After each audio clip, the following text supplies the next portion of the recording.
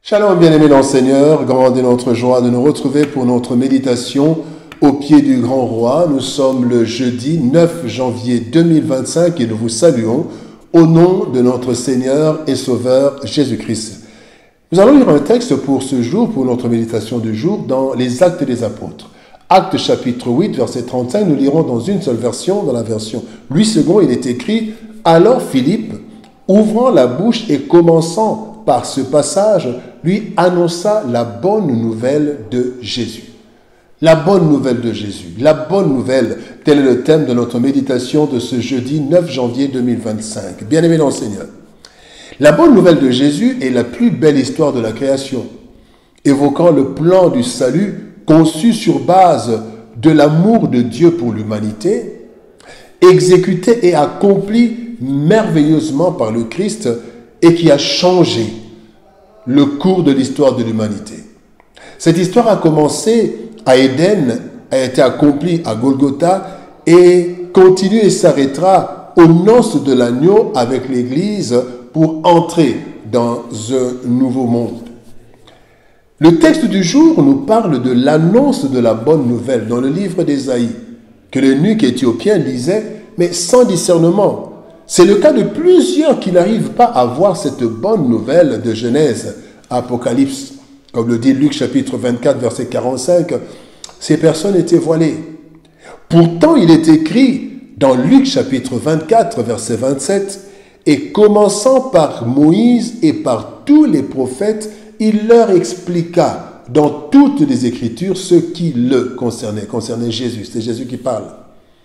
Bien aimé, toute la Bible parle de la nouvelle, de la bonne nouvelle de Jésus. Voici quelques vérités de cette bonne nouvelle dans le texte de ce jour. Premier point, parlons de bonne nouvelle, le plan de salut est conçu.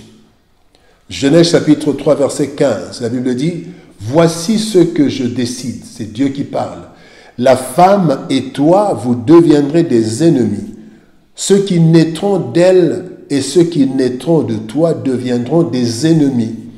Ceux qui naîtront d'elle t'écraseront à la tête et toi, tu les blesseras au talon. » Au moment même où Dieu a jugé et sanctionné l'homme et la femme, il a conçu un plan de salut de l'humanité. N'est-ce pas une bonne nouvelle, au-delà de la condamnation?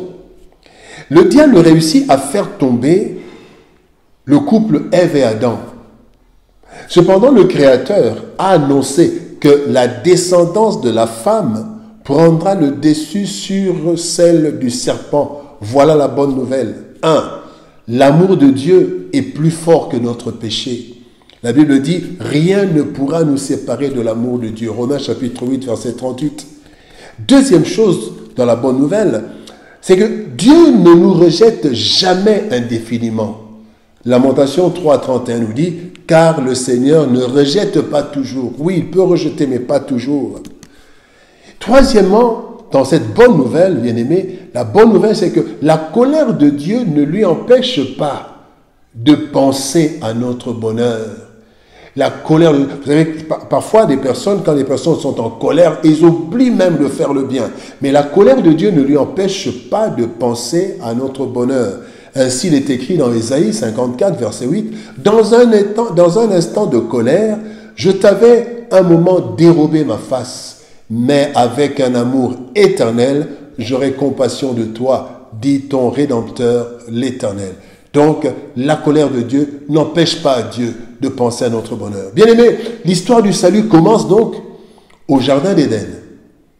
L'histoire de ton relèvement commence au moment même de ta chute. L'histoire de ton élévation commence au moment même de ton abaissement. Bonne nouvelle. Deuxième point, bien-aimé, bonne nouvelle, l'exécution du plan.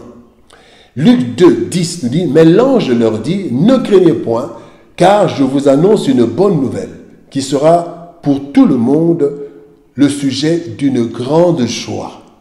C'est que le Sauveur d'Israël, le Sauveur du monde est né. Le Sauveur d'Israël est né, Jésus. » C'est l'annonce de la naissance du Christ.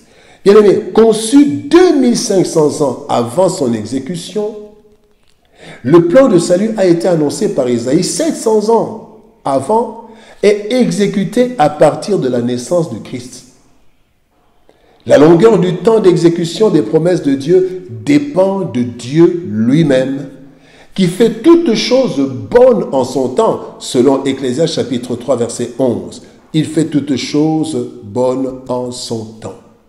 Ce plan a commencé à être exécuté. Le plan conçu à Éden a commencé à être exécuté avec la naissance du Christ. Sans être forcé, Dieu a attendu son temps pour mettre son plan à exécution avec 3 étapes capitales. 1. La naissance virginale du Christ. Matthieu 1, 21 nous dit « Elle enfantera un fils et tu lui donneras le nom de Jésus. C'est lui qui sauvera son peuple de ses péchés. » Le plan s'exécute à partir de la naissance du Christ. 2e étape, une vie ordinaire comme un simple homme. Philippiens 2, 7 nous dit « Christ s'est dépouillé et apparu comme un simple homme. » Et la 3e étape dans cette exécution, c'est la participation aux réalités de la chair. Hébreux chapitre 4, verset 15 nous dit « Nous n'avons pas un souverain sacrificateur qui ne puisse se compatir à nos faiblesses. Au contraire, il a été tenté comme nous, en toutes choses, mais sans commettre de péché. » Bonne nouvelle, Christ connaît ma condition, car il l'a personnellement vécu, sans succomber, donc il peut me secourir. 3e sujet, 3e point, bonne nouvelle, le plan a été accompli. Jean 19, 30. Quand Jésus eut pris le vinaigre, il dit « Tout est accompli. » Et baissant la tête, il rendit l'esprit.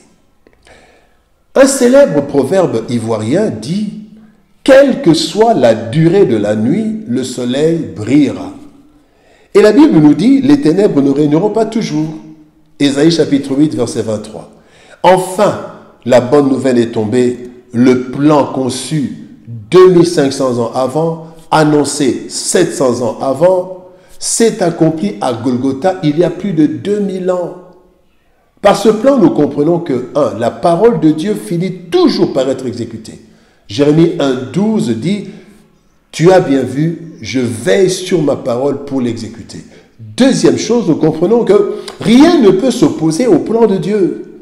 Job 23, 13 « Mais sa résolution est arrêtée, qui s'y opposera? Ce que son âme désire, il l'exécute. » Troisième chose, les voies du salut sont inconnues des hommes. 1 Corinthiens 1, 13, 1, 23, 1 Corinthiens 1, 23 nous dit « Nous prêchons Christ crucifié, scandale pour les Juifs, folie pour les païens, mais notre salut. » Bonne nouvelle, personne ne peut s'opposer à l'accomplissement du plan de Dieu dans ta vie. Et Dieu te sauvera par des chemins inattendus et inimaginables. La bonne nouvelle. L'histoire de la bonne nouvelle de Jésus a commencé par la conception de son plan à Éden et s'est accomplie à Golgotha. Son application continue jusqu'aux noces de l'agneau dans le royaume. La vie de chaque être humain en dépend. Ainsi, tel que le dit Romains chapitre 1 verset 16, nous ne devons pas avoir honte de l'évangile, car c'est une puissance de Dieu pour le salut de quiconque croit. Conscient de l'importance suprême de cette bonne nouvelle, nous avons le devoir de la connaître et de l'annoncer à ceux qui ne la connaissent pas pour le salut de l'humanité. Tout comme Philippe bien-aimé, annonçons la bonne nouvelle de Jésus autour de nous pour sauver plusieurs, sauver l'humanité. Prions. Père de gloire, nous te bénissons et te rendons grâce pour ton amour et ta bonté. Merci Père. Car Seigneur Dieu de gloire, tu nous annonces, tu nous rappelles cette bonne nouvelle.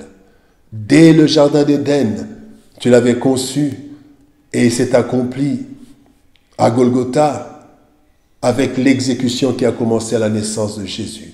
Seigneur, merci. Merci parce que, Seigneur de gloire, notre péché n'a pas effacé ton amour. Ton amour a été plus grand que notre péché. Et merci parce que tu nous sauves par des chemins inimaginés, inimaginables même. Tu as sauvé par la croix, Seigneur éternel, aide-nous à annoncer cette bonne nouvelle afin que plusieurs connaissent la bonne nouvelle et que plusieurs viennent à toi pour le salut de leurs âmes. Bénis ta parole et bénis ton peuple. Au nom de Jésus-Christ, nous avons ainsi prié, Père. Amen. Bien-aimés dans le Seigneur, que Dieu nous bénisse. Shalom, au revoir et par la grâce de Dieu, nous nous retrouvons demain pour une autre méditation au pied du grand roi. Shalom, au revoir et par la grâce de Dieu, à demain.